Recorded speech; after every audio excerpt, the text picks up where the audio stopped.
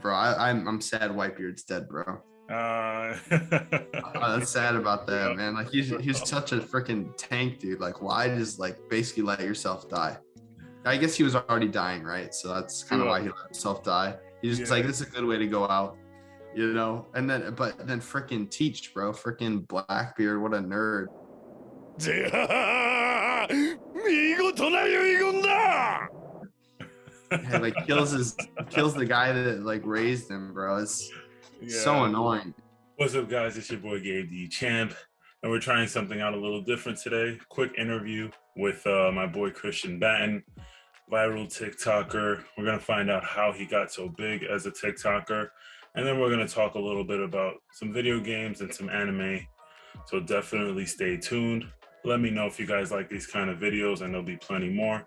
But don't worry, your One Piece theories, your reviews, and of course your power scaling. We're not going anywhere from those. Definitely look out for some more other One Piece content.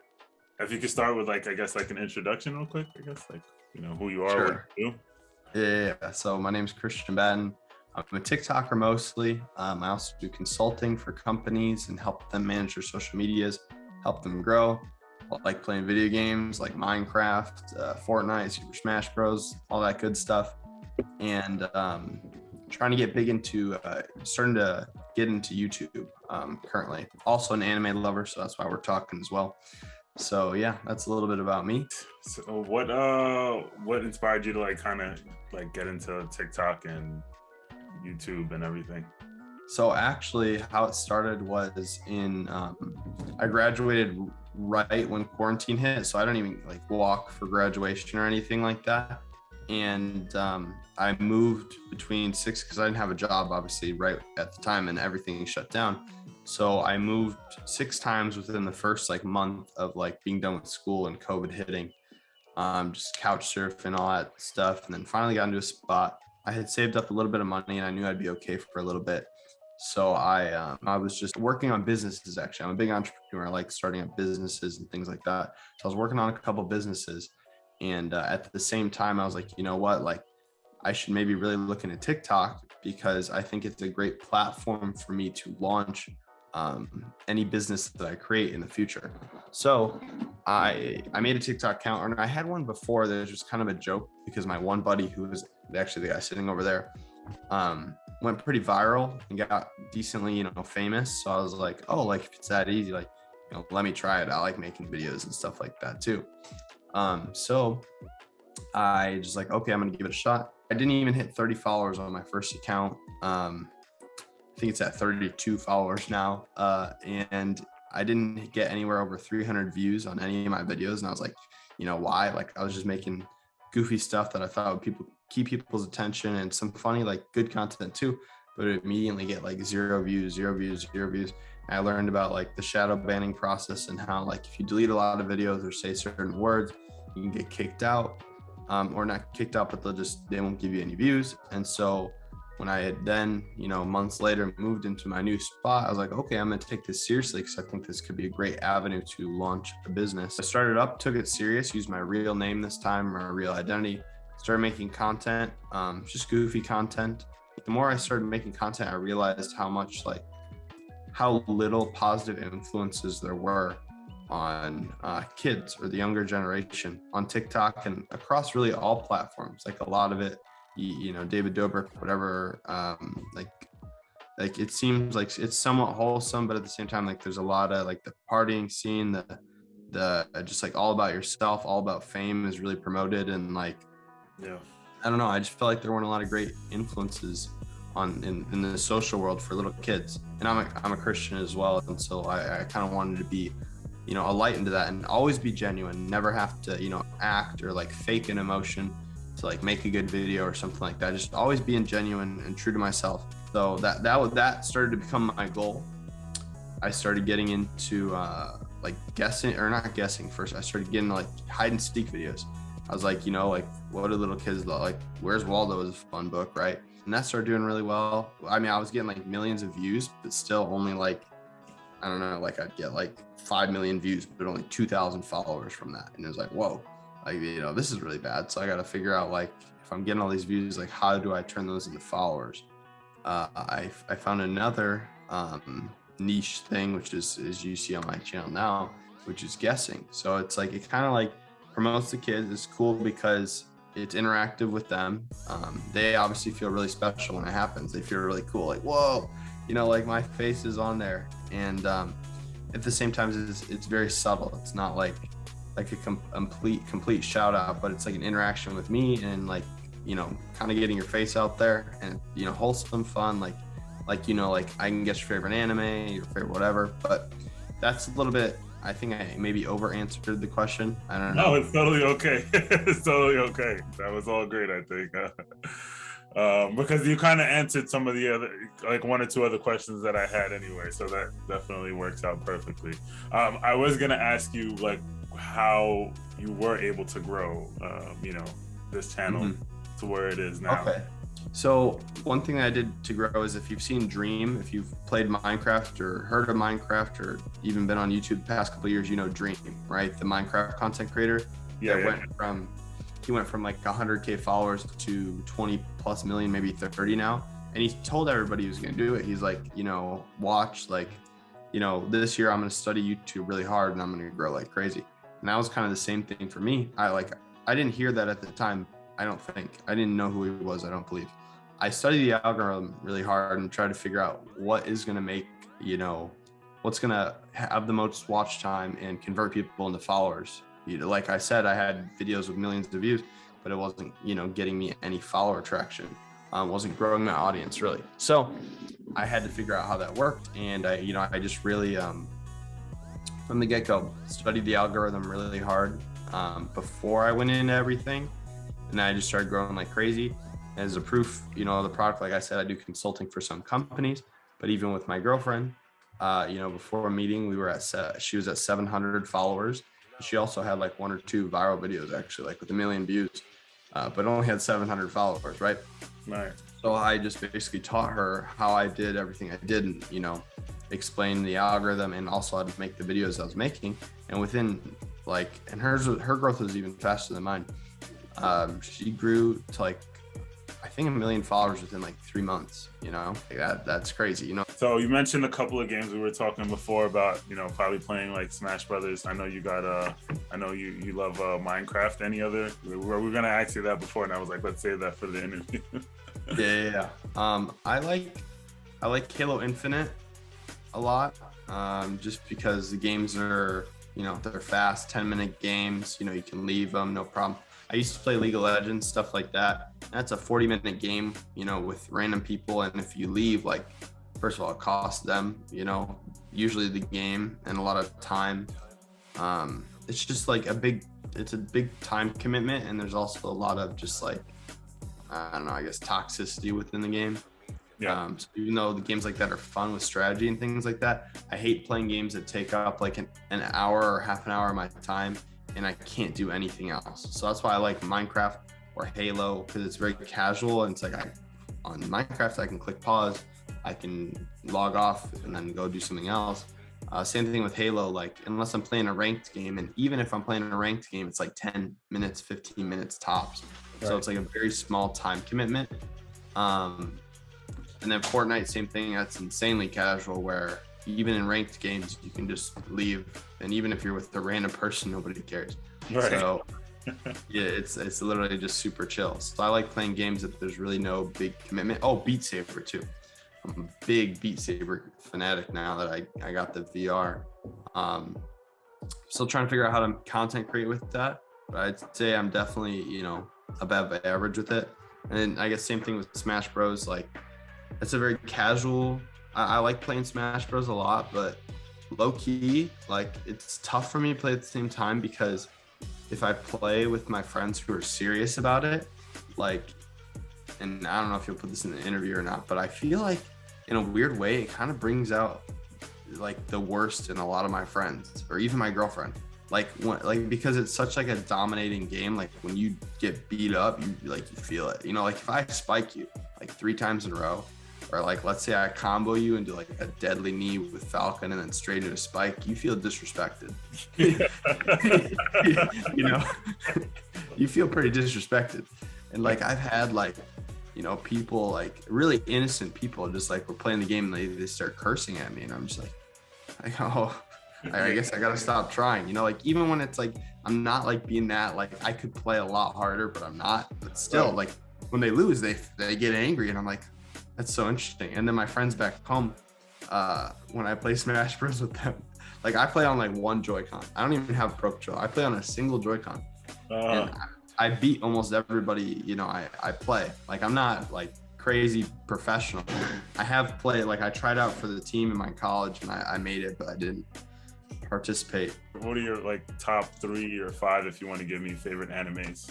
Like, do you watch anime? Yeah. Top 5. I don't. I've never like listed or like ranked. Doesn't have to be in any particular order. It could just be like some that you really liked. Assassination Classroom. Oh, nice. Yeah, I don't know if you've seen that one. Yeah. I like that because it's kind of a weird setup. Like it's a weird octopus, but at the same time you start to feel for it, and the character development's really nice. And at the end, if you guys have seen Assassination Classroom and you didn't cry at the end, you're weird. Right. You're weird. So that's probably one of my favorites, maybe even my favorite, because I love showing it's like, my girlfriend, she started crying. Actually, my other buddy was also here. I was the one that showed him that too, and he was crying. Everybody I showed, they just start crying. So it's fun. It's fun to see people crying, like such a weird story. Yeah. Like when you think about it, when you take a step back, you're like, why do I care for an octopus? Why do I care for these little kids? Like, I don't know. It's cool. And so I'd say that's one. Dragon Ball is the one that got me into it. I don't know if you know Matt Keto, Goku Flex. He's an Asian dude from Hawaii. He's jacked. He cosplays as Goku. Oh, okay. I think I've seen him around before. Yep. So he's the one that got me into actually bodybuilding and anime, because I used to be a really small kid, like in high school. I was 5'1". 5'1", freshman year, 100 pounds, really little kid. At the time, like everybody I knew was, way taller than me, way bigger than me, played soccer, tennis, stuff like that. But it wasn't until like junior year that I really started to grow, and I actually transferred schools. So my freshman year, I was this little 5'1", 100-pound kid. And then the senior year, I went back to the school to see my old soccer team because they were in state and they were going to win state championships. So I wanted to support my old team, And when I went and met them, like they didn't recognize me, because then I think I was already like 6'1" and like freaking, I don't know, like 160, 70 pounds, which is not heavy, but compared to 5'1" and 100 pounds, like, I was like, whoa, where, who are you? You know what I'm saying? So there's a little bit of power scaling there. I had my training arc, you know what I'm saying? That's right. So back to the anime topic. So Dragon Ball, obviously, because of all of what I just told you. Assassination Classroom. I'd say Sword Art Online too. I really do like the first 14 episodes, and I've tried my best to like power through the rest of it, and it's definitely not as good. Gun Gale Online was decent. The Elf one was freaking weird. They're all kind of weird. There's all weird parts to it. But I like Sword Art Online. The first 14 episodes where they were in Sword Art was really cool for me, and everybody I've showed loved it. My Hero I liked. I wouldn't actually, maybe I won't put it in my top 5. So we'll say Sword Art Online, first 14 episodes. We'll say Hunter x Hunter as well. I like Hunter x Hunter. When I watched that, my buddy showed me that. I watched it all within a week, which is not that impressive, but like for me, who had not seen many animes, like watching 146 episodes or whatever within like a week, I think it was even like within 3 days. I think that is impressive, especially with all the other things you say you got going on. Yeah. So I spent a lot of time watching it. Yeah. And so I watched Hunter x Hunter super fast, but then when the ending happened, I was like, what the heck? Like, why did I waste my time? I was like, come on, it's unfinished. And then I heard that it wasn't going to be finished like ever. Like they hadn't done anything in what, like 5 years plus. So I was really discouraged. I felt the same. I found out the same way you did. Like at the end, really? Like, what? That's it. There's no more. They're not coming with any more. Right. So it was a very sad, awakening for me. But I'd say so. Yeah, Assassination Classroom, Sword Art Online, Hunter x Hunter, Dragon Ball Z, Super, all that. Just Dragon Ball, I guess is the best way to say it. I don't know if I can count like One Piece or Naruto because I've only seen the fight scenes. I'm really bad. So I guess maybe I'll slap My Hero Academia in there because I have seen. Actually, I don't think I saw that. I haven't seen the new season yet, but I watched all the way through that. So yeah, I guess I'd say the fifth one would probably be My Hero Academia. I know you haven't really watched One Piece, but this is a One Piece channel predominantly. So do you have a favorite character from One Piece? Do you know most of the characters? Yeah, I do. I mean, I know you mostly watch fights. Oh, Luffy's cool, but at the same time, like it's cool that he to watch him fight, but I don't get excited when I see Goku fight. Like I'm cheering for Goku. Like I get excited when Goku wins because it's Goku. But when I see Luffy win, he's just kind of a powerful character to me because I don't have that character development with him. I don't see him as I don't connect with him. I just okay, good. The good guy won. Dope.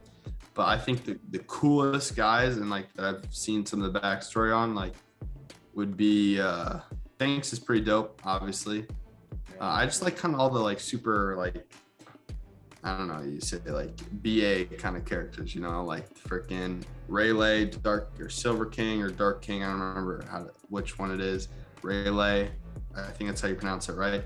Rayleigh, yeah, the Dark King. Rayleigh, yeah, Shanks, and bro, I'm sad Whitebeard's dead, bro. I'm sad about that, man. He's such a freaking tank, dude. Why just basically let yourself die? I guess he was already dying, right? So that's kind of why he let himself die. He's just this is a good way to go out, And then freaking Teach, bro, freaking Blackbeard, what a nerd. Kills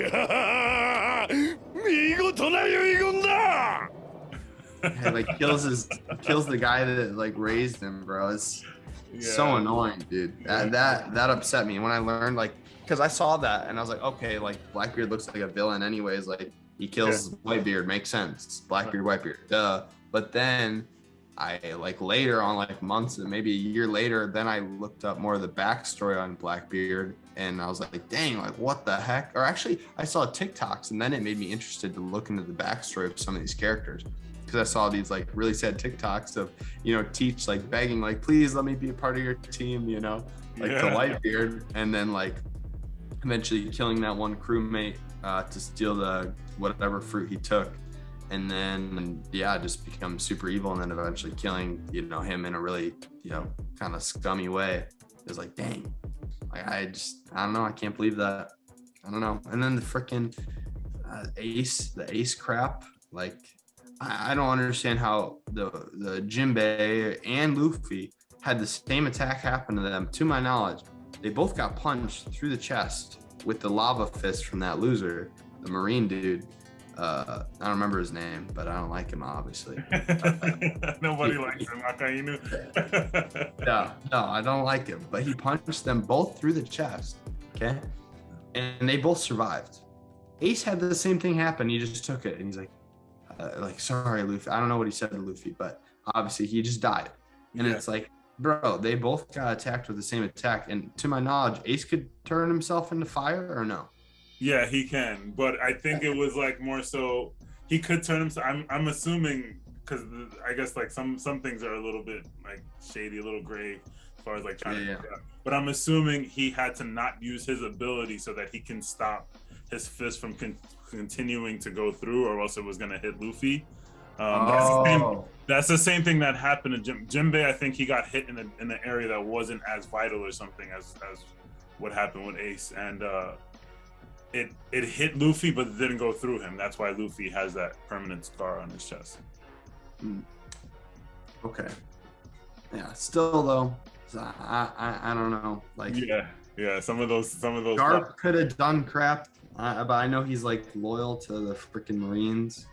Those are his sons, dude. He just watched all that happen. I don't know. And then I don't know the Ben Beckham crap. That whole he stopped the one dude for a second, but then they eventually did go try to kill him more. As he was running away, they're trying to snipe him and kill him, right? Luffy.